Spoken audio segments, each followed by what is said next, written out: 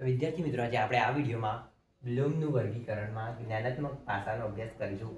બ્લૂમનું વર્ગીકરણ શિક્ષણના ક્ષેત્રમાં શીખવાની પ્રક્રિયાના સ્તરો સમજાવે છે અને તેને કેકના ઉદાહરણ દ્વારા નીચે મુજબ સરળ રીતે સમજી શકાય છે. તો બ્લૂમના જ્ઞાનાત્મક પાસાનું પ્રથમ ઘટક છે જ્ઞાન, એટલે કે નોલેજ અને રિમેમ્બરિંગ. એમાં શું આવે છે? કેક શું છે તે ઓળખવું. જ્ઞાન પ્રાપ્ત કરવું એટલે કે કેકના એક્ઝામ્પલ લઈએ તો શું છે? કેક શું છે એ ઓળખવું. એમાં નોલેજ કેક વિશે આપણે નોલેજ મેળવીએ છીએ, એટલે કે જ્ઞાન મેળવીએ છીએ. ઉદાહરણ તરીકે, કેક બનાવવા માટે મેંદો, ખાંડ, ઈંડા અને માખણ જેવી સામગ્રીની જરૂર પડે છે, એ યાદ રાખવું. સેકન્ડ છે સમજ, એટલે કે અન્ડરસ્ટેન્ડિંગ. કેક બનાવવાની પ્રક્રિયા પાછળનું કારણ સમજવું. કેક બનવાની પ્રક્રિયા પાછળનું કારણ સમજવું.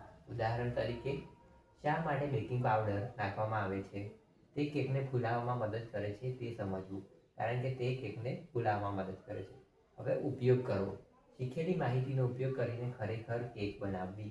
હવે જે માહિતી આગળ શીખ્યા છે તમે, જે જ્ઞાન પ્રાપ્ત કર્યું અને જે સમજ લીધી છે કેક બનાવવાની જે પ્રક્રિયાની, એનો ઉપયોગ કરીને રિયલી એટલે ખરેખર વાસ્તવિક કેક બનાવવી. ઉદાહરણ તરીકે, રેસીપી વાંચીને તે મુજબ ઘરે ચોકલેટ કેક તૈયાર કરવી. પછી આવે છે વિશ્લેષણ. કેકના જુદા જુદા ભાગો અથવા રેસીપીમાં થયેલી ભૂલોને તપાસવી. જો કેક નરમ ના બની હોય તો તપાસવું કે માખણ ઓછું હતું કે તાપમાન વધારે હતું. એને વિશ્લેષણમાં લેવામાં આવે છે. મૂલ્યાંકનમાં આવે છે કેકની ગુણવત્તા વિશે નિર્ણય લેવો. બજારની કેક ઘરે બનાવેલી કેકમાંથી કઈ રીતે સ્વાદ અને સ્વાસ્થ્યની દ્રષ્ટિએ વધુ સારી છે તેનું તુલનાત્મક મૂલ્યાંકન કરવું. અહીંયા તમને મૂલ્યાંકન કરવામાં આવે છે કે બજારની કેક સારી છે કે ઘરે બનાવેલી કેક સારી છે. તમારે ત્યાં અહીંયા મૂલ્યાંકન એટલે કે ઇવેલ્યુએટિંગ કરવામાં આવે છે કે ગુણવત્તાની અને સ્વાસ્થ્ય અને સ્વાદની દ્રષ્ટિએ કઈ કેક વધારે સારી બની છે, એવું અહીંયા નક્કી કરવામાં આવે છે. સર્જન એટલે કે ક્રિએટિવ. પોતાની મૌલિકતા વાપરીને નવી જ પ્રકારની કેક બનાવવી.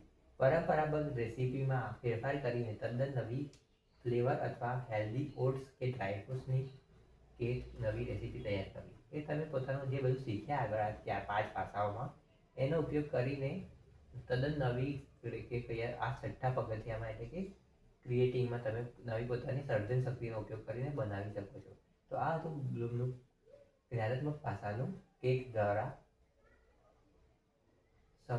અહીંયા તો આપણે કેક દ્વારા ઉદાહરણ દ્વારા બ્લૂમના જ્ઞાનાત્મક પાસાને આપણે રજૂ કર્યું છે. તમે સમજી ગયા છો મને એવું લાગે છે. જો તમને કોઈ સમજ ના પડી હોય તો કોમેન્ટ કરી શકો છો વિડીયોમાં નીચે. Thank you so much for watching.